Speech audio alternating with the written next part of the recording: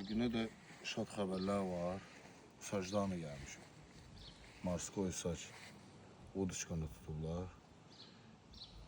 1 kilo 200 gram. 1 kilo. Çektiler. Bu sacda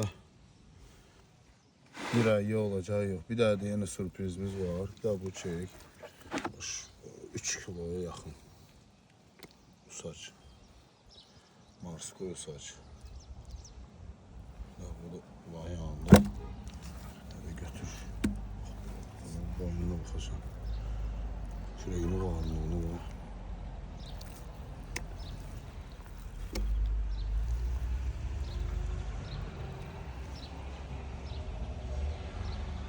Necədir tarih?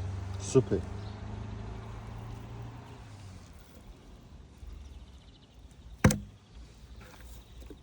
Sarılığına bakalım. Sapsarı diye.